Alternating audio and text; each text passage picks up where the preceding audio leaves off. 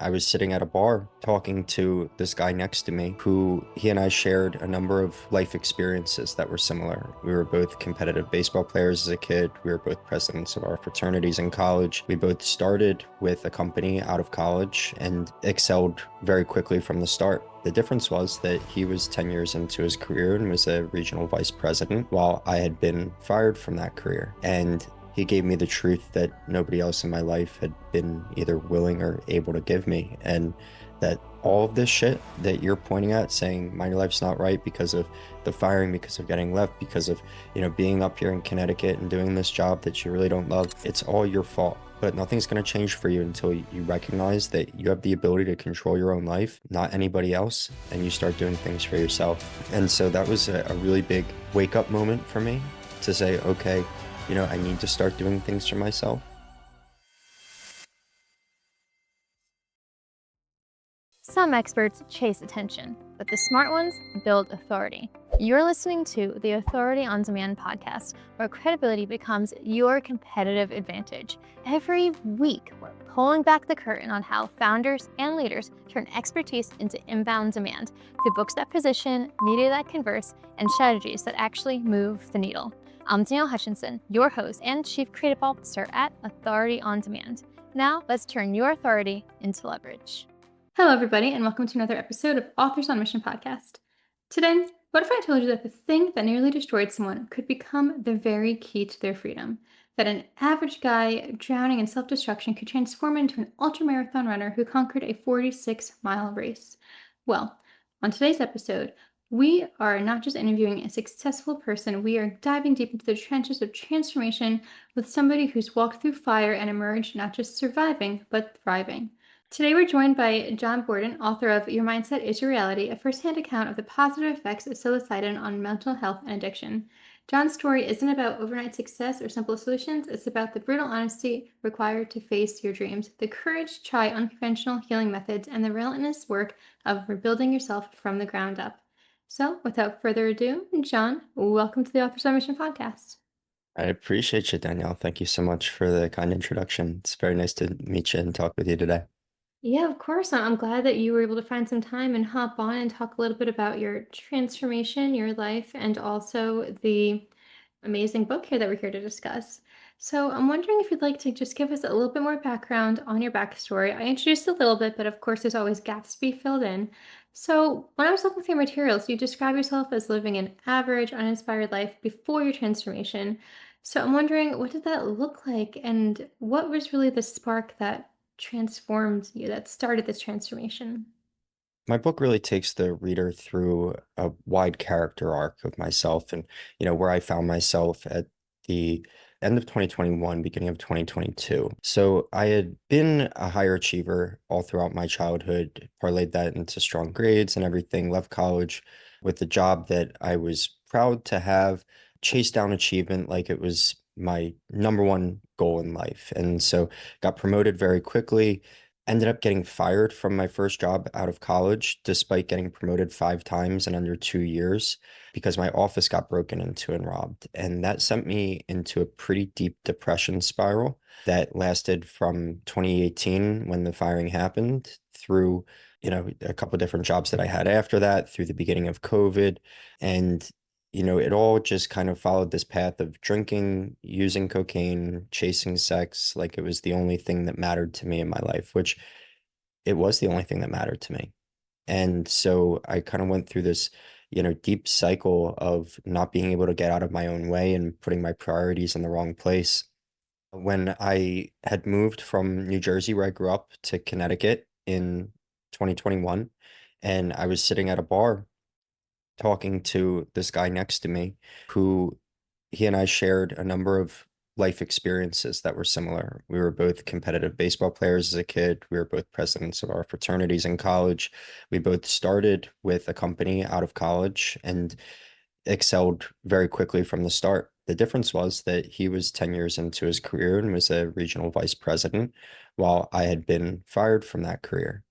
And, I'm telling him about, how I got fired from that job that I had right out of college, how, I had dated a girlfriend that we thought we were going to get married. And, she ended up breaking up with me because I was cheating on her, and all these things that led to me moving from New Jersey to Connecticut and being at that bar that night. And he gave me the truth that nobody else in my life had been either willing or able to give me, and that all of this shit that you're pointing at, saying my life's not right because of the firing, because of getting left, because of, being up here in Connecticut and doing this job that you really don't love, it's all your fault. But nothing's going to change for you until you recognize that you have the ability to control your own life, not anybody else, and you start doing things for yourself. And so that was a really big wake up moment for me to say, okay, I need to start doing things for myself. So made a move from Connecticut to Tampa, Florida shortly after that, but was still in the same self-destructive cycle of prioritizing sex above everything else and using alcohol and coke as a way to get that. And that continued for about 6 months after I moved from the Northeast to Tampa when I found psilocybin. And then it was like everything I had learned my whole life finally made sense, and I was able to implement the changes that I had wanted to make for a long time and become the person that I wanted to become. Wow. Well, I know it takes a lot of vulnerability and honesty and pain to go through that and also to share that with others, not only in your book, but also on podcasts like this. So I do have to commend you. I mean, I know it takes a lot to, relate that to everybody, but ultimately by sharing this, you're helping so many people who go through similar situations, and anybody that picks up your book feels the same way. Now, I talk to a lot of people, and I know that everyone has their own way of recovery, but I have to say I am not familiar with the drug that you're mentioning here, and I'm so sorry for that. I'm wondering perhaps you could just let us know a little bit about what exactly that is, and I'm so sorry that I'm not quite familiar. Yeah, yeah, I'll be happy to explain it. Real quick, though, the first thing that you mentioned as far as the vulnerability, a quote that I use from Mark Manson, is the author of The Subtle Art of Not Giving a Fuck, as well as a couple other books and podcasts. But he has a quote in The Subtle Art that says, "It's impossible to be an important and life-changing presence to some people without also being a complete joke and embarrassment to others." And so, as I was deciding to tell my story, I had to have that conversation with myself that, yeah, being vulnerable does come with a lot of social risk, right? What are my parents going to think? What are my friends going to think? Whoever picks up this book and reads it and understands the things that I went through, what's the reaction going to be? And I had to say to myself, well, this is my lived experience, and I can't be ashamed of anything that I have done. And there's a lot in the pages that people could, assume shame comes from. But I don't feel that anymore because I recognize that that was a version of myself that needed to be let go for me to grow. And by being honest with myself and being honest with the readers, I'm able to share exactly what I went through and give people the opportunity to gain strength from my story rather than shielding myself from criticism by not telling my story as openly as possible and therefore not creating the type of emotional impact that I would hope to with my writing. Now, back to your actual question. Psilocybin is the active chemical in magic mushrooms. It was originally discovered in 1955 by a JP Morgan banker. He and his wife traveled to Guadalajara, Mexico, and met with a native community there and a shaman named Maria Sabina, who introduced him to psychedelic mushrooms. And he wrote an article for Time magazine about it, which exposed the Western world to it, at which point it exploded in popularity over the next 15 years. Obviously, the hippie movement was big and people recognizing the types of experiences that you could have on it. But also research started for its efficacy in battling mental health conditions like alcoholism, drug usage, anxiety, depression, PTSD, so on and so forth. And when the Nixon administration decided to go to war with the anti-war movement, they said, okay, well, we can't arrest people for free speech for being against the war, but we can arrest their leaders for having a substance that we deem illegal. So they made mushrooms, LSD, marijuana illegal so that they could arrest people and stop them from speaking out against the war. So it was a huge political movement and political play to vilify things that were a threat to the administration because they made people say, wait a second, we're all human beings. We're all sharing the planet together. We're all the same inside. We're fighting over something that we don't really stand for. And this is a war that doesn't make sense to a majority of people. And so they were trying to shut down that messaging, and we're pretty successful in it. And it's been a Schedule One drug ever since 1971 when the Psychedelics Act went into effect. But over recent years, the culture has started to open back up to what they can do to help people with mental health conditions. And so now there's, I don't want to put a number on it, tens, hundreds, thousands, whatever, of clinical trials that show the effectiveness of substances like psilocybin, LSD, MDMA, DMT, ayahuasca, ibogaine, so on and so forth, in their ability to help people with, things like I was going through and things that might be even a little bit more complex from a mental health standpoint. Understood, right. So what you've done here then is you've used this and of course, I've heard of, like, magic mushrooms, that sort of thing. I didn't realize the scientific name behind it, which is why I wasn't sure Hmm. about it. But it's interesting that you not only know the history, but every bit of information about it, which is wonderful. And you're able to just kind of share that with everybody and show, you know what, this is something that helped me. And it's important that you're able to do that. Like, you're well researched, is what I'm trying to say. That's the I credibility of it. appreciate that, So Danielle. yeah, yeah, and well, moving forward from all of that, though, as part of the positive side of your transformation, shining a little light on all the positive effects that came of this, you were able to not only publish this book but also completed a 46-mile ultramarathon, which was super cool. I used to be a runner myself, not so much anymore, but I did a half marathon once. I mean, All nothing right. nothing like 46 miles, but I know that's also a huge struggle. So, what goes through your mind during those extreme physical challenges? And do you think that connects to your mental health journey too? Yeah, I mean, completely. So the biggest thing that I try to share with people is that whatever limitations you place on yourself are just a manifestation of what you haven't been able to do yet to this point, and you really don't know what you're capable of. Case in point, I did not prepare for that 46-mile race. I had a friend reach out to me the Tuesday before the race asking if I wanted to do it with him, and I just said, fuck it, and went for it. It So showed no up on race. training involved, just a few days in advance. Well, I'd been running, maybe 10 miles max, but I definitely wasn't running 46, and I hadn't even done a full marathon yet. The longest that I had run up until that point was a half marathon Spartan race that ended up being like 14 miles, and that was 10 months prior. So, had not put any type of preparation in to the level that you would expect for someone to be able to do something like that. But showed up on race day and knew that I had one mission, and that was make it to the end of the race. And 11 hours and 50 minutes later, I did.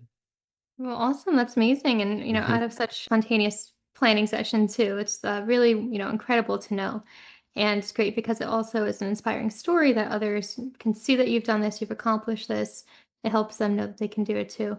And I think that's great that you have it all, in your book. So transitioning to the book a little bit, do you happen to have a copy of it with you by any chance? Awesome. Love it. I love the design work. I love the colors too. It's my favorite color. Did you have a big say in the cover itself, or was that kind of on the publisher's end? Yeah, I reached out to a designer to design it for me, and I gave him the basic concept of what I was looking for, and they brought it to life. There you go. Awesome. Yeah, I always like to say, don't judge a book by its cover, but at the end of the day, it is what catches our eye first. Yeah. So transitioning a little bit into the writing process of all this, we talked a little bit about how this is a very challenging topic to discuss, but you're very resilient through it. But you also deliberately avoided spiritual fluff in your writing, as you told me. So why do you think it was important to keep the narrative grounded and raw? Yeah. Well, I want to connect with people who are like me.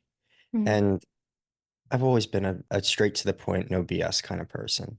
And so I am hoping to connect with other people who have a similar type mindset. I'm trying to write for somebody like me who might resonate with it, who might not think that they could resonate with it. the psychedelic world has a lot of people who, come off very, very whimsically, spacey, flower childy, and that's totally cool, right? I love that. I like the connection with the earth. I love, how it makes people feel, but I don't feel like that connects with the larger audience and people in mass. And so I wanted to be my real authentic self. And that's what that is, being as straightforward and direct to the point and no nonsense. Hey, look, this is where I was. This is the situation that I was in. These are the steps that I went through mentally to crawl out of the hole that I was in. And this is the result of what I've been doing. And, the responses that I've gotten from people who have read it have really touched me to the level of connection that they've been able to make with the book. And I feel like I did a job that I'm very proud of in putting my story down on paper. Awesome. Thank you for sharing that with us. And I think it's great that you know, you approach it in your own way in order to connect with people that you see that needs to be connected with. And, it makes it more authentic, right? You're not trying to be anybody you're not. You're making it, straightforward, practical, and that's exactly the way to do it. So now speaking more about the actual writing of the book, I'm wondering, what exactly was your writing process like? Did you keep journals or did you pretty much reconstruct these from memory? How did it all come to be? Yeah, so what happened was is that the book is based off a lived experience, and the primary action of the book took place over the span of about a month, from the middle of October to the middle of November in 2022. And when I'm living it, there's no intent that this is turning into a book. I'm just living an experience. But when I got to the end of, what I consider the kind of the core section of the book and the basis of the actual story, I finished and I said, "Oh my God, this transformation that I underwent in the last month is absolutely insane. I need to document this in the chance that someone else might be able to connect with what I'm going through and gain some strength from it." So once I had that, oh my God, I need to document this moment, I went back through what I considered each of the key things and wrote down things that I wanted to remember as I got to that point in the story. But it was largely from memory. So yeah, there might be some inaccuracies in there, but we'll just say it's completely accurate. Yeah, well, that's the balance between writing and memoir, right? It might be subjective due to memory, but that's also your recollection of it. So that makes it more true in retrospect. So I'm wondering, at the end of the day, what do you hope that the readers take away from your story? What would success look like for somebody who learns from what you're sharing with everyone? Yeah, well, success is going to look different in each person, right? Because my book touches on a lot of different themes, whether it's substance use, whether it's family dynamics, whether it's athletics, um, health in general, relationships with your family. So there's a lot that people could take away from it. And, success to me really looks like, people continuing to reach out and say, hey, look, you shared this story and it really made me think about my own life in a different way than I had before. And it's allowed me to grow. And that's really what I hope people take away from it is a little bit of internal reflection that says, me, I'm not perfect, right? And by putting my thoughts and my experience down on paper, I am clearly stating I am not perfect. But I went through this experience and I'm hoping that someone else can gain strength from it. And when people do gain that strength from it, it makes me feel so validated for what I went through, but then also the effort that I put in to writing this book and putting it down on paper and getting it published and so on and so forth. Because that was my mission, right? To help people. And so whenever I get those messages saying that someone gained something from reading my writing, it just gives me the biggest sense of fulfillment that I ever could have asked for. And so it's a really beautiful thing. It makes me really happy to know that people are reaching out and sharing their interpretations and experiences with you this way. If anybody listening today wanted to get in contact with you and do the same, what's the best way to reach out? Yeah, I'm very active on Instagram. My Instagram is Johnny B, JohnnieBE. You can also find me on Facebook, John Borden, Twitter, X at Psilocybin Fit.